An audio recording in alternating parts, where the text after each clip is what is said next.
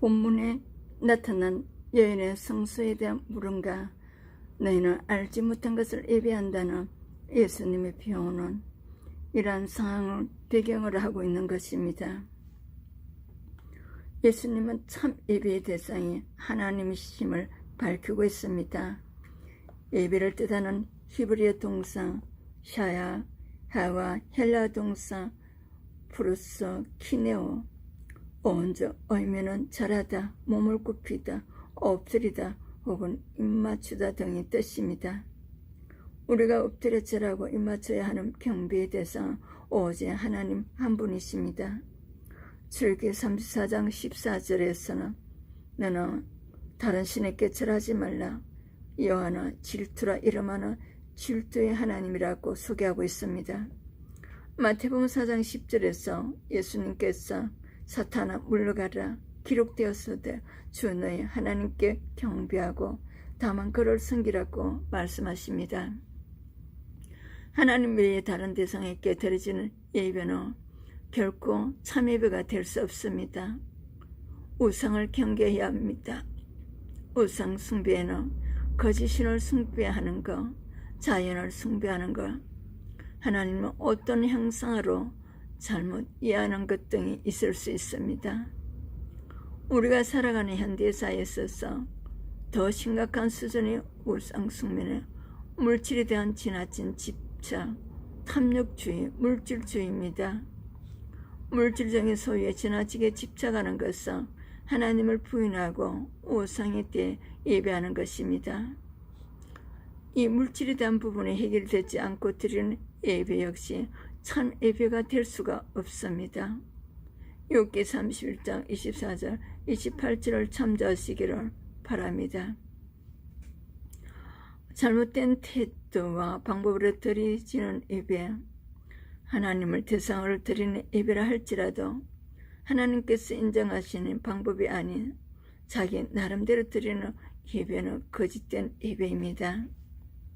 하나님께서 자신의 편이나 감정에 따라서 예배를 드렸으는 아니 됩니다. 하나님께서 하나님이 원하시는 방법대로 드리는 예배만을 받으십니다. 레위기 10장 1절 2절에서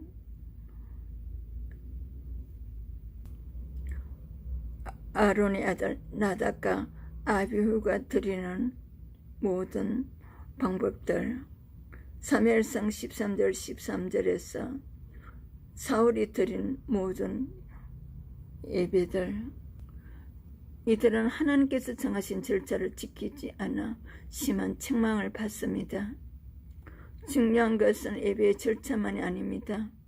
예수님은 그들 자신이 만든 제도에 따라 예배한다고 하면서 하나님은 계명을 범하는 바리새인들을 위선자라고 비난하셨습니다.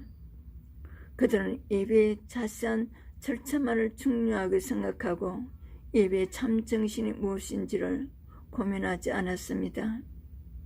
하나님은 사람의 전통에 하나님 계명을 대치한 많은 종교적 간섭들을 원하지 않으십니다. 마태복음 15장 8절 9절, 호세아 6장 6절에 바른 절차대로 드린 예배라 할지라도 그 중심의 태도가 바르지 않은 예배는 하나님께서 기뻐하지 않으십니다. 그런 예배는 종교적인 형식만 남아있는 하스카된 예배입니다.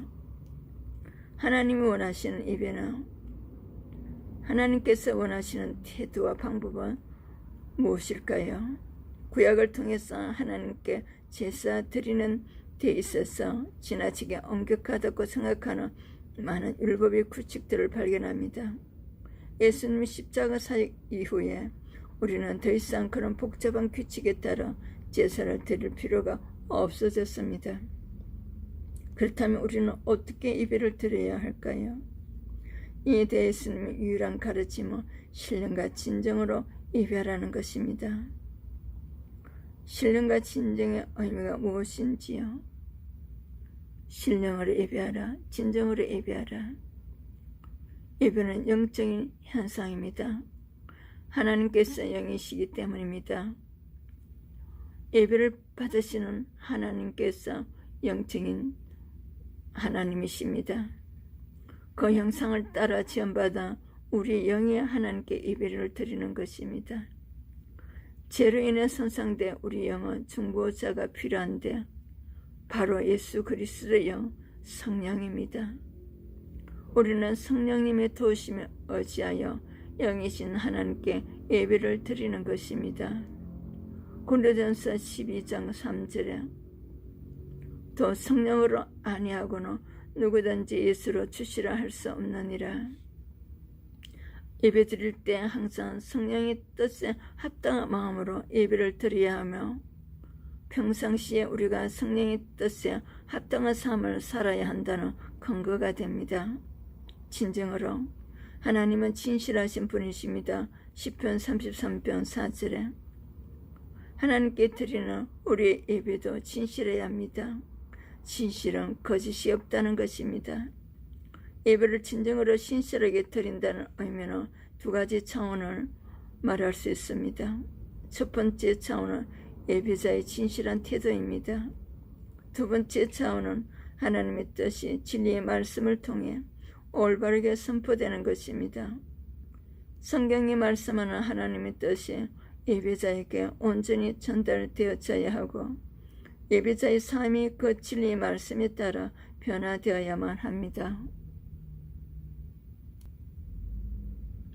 본문에서 진정으로 번역된 헬라어 알레데이아는 다른 곳에서는 진리로 번역되기도 한다는 사실이 뒷받침하고 있습니다. 요한복음 8장 32절에 진리를 알지니 진리가 너희를 자유케 하리라. 우리가 드리는 참 예배의 성경은 성령님과 함께 하나님의 진리를 추구하는 것입니다. 그것이 곧 하나님과의 만남이며 그 만남을 통해 나의 성품이 거룩하신 하나님의 성품으로 변화되는 것입니다. 이를 위해 우리는 성령의 도우심에 의지하여 영이신 하나님께 내 영에서 우러나오는 진실한 예배를 드려야 합니다. 예배 가운데 선포되는 진리의 말씀이 내 인격을 내 삶의 태도로 변화시킬 수 있도록 내 마음밭을 다져야 합니다. 구약시대 예배 가운데 실제 피 흘림을 통한 제 용서와 구원의 간격이 공존했습니다. 예수 그리스도의 십자가 사역으로 이 가정을 우리가 혜택을 잊게 되었습니다. 우리의 예배 유형을 성찰해 보겠습니다. 하나님 말씀 시간에 눈은 강단으로 생각은 멀리 가 있지 않습니까? 또한 하나님 말씀에 밑줄 긋고 교정까지 보는 아주 세심하게 하나님 말씀을 듣고 읽는 형입니까? 졸면서 아멘하는 유형입니까? 수시로 시계를 되돌아보는 안절부절하는 유형입니까? 옆사람과 글로 대하는 청각장애인 유형입니까? 예배의 쌀 회의만을 생각하는 회의 염려 유형입니까? 하나님 말씀 선포 시간에 성경 읽기로 시간대 오는 나홀로 유형입니까?